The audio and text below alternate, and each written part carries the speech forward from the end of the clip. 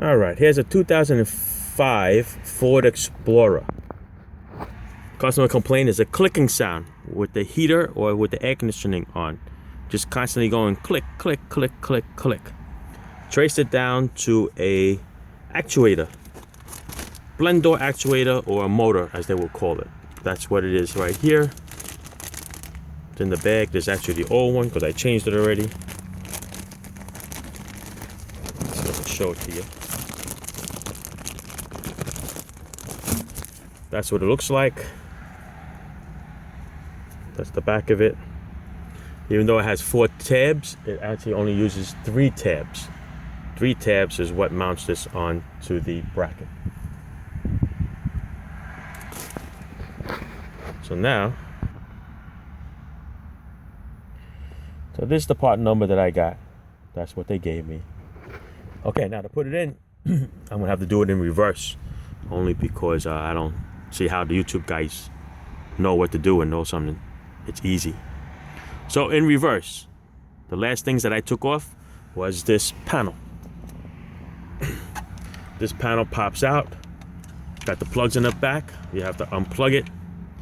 This got an aftermarket bootleg radio, so I like the way they've installed it. They put Velcro on it. That's what held it. So that kept in there. This came out. You unplug everything. From there, I took off this little vent piece. 2 screws, 1 screw here, 1 screw there. This comes right out. Before that, there was this bracket. This bracket bolts to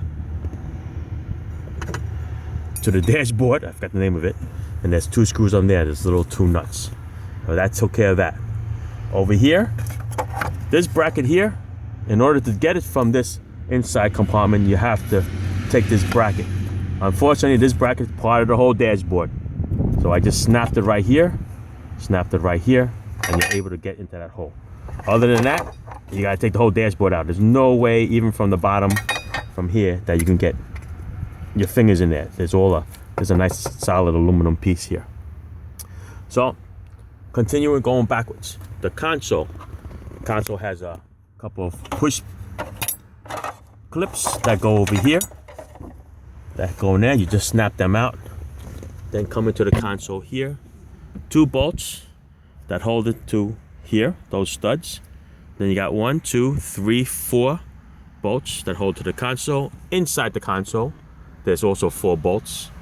1, 2, 3, 4. After you take that, you lift the console up and you push it to the back. Oh, I forgot about this piece. This piece just snaps in. This big console piece just snaps up. Snap it up, out of the way. I left the wire there. So this snaps up, out of the way. The screws for the console, lift the console, slide the console back. And that gives you this big opening over here. It's a lot of fun. Let's see, what time is it now? I'm working on my 2.5 hours, almost 3 hours, just to get to this point over here. And now it's in. I plugged it in, I tested it, no more sound, works good. So now I'm just gonna start putting it all back together. All right, hopefully this helps somebody.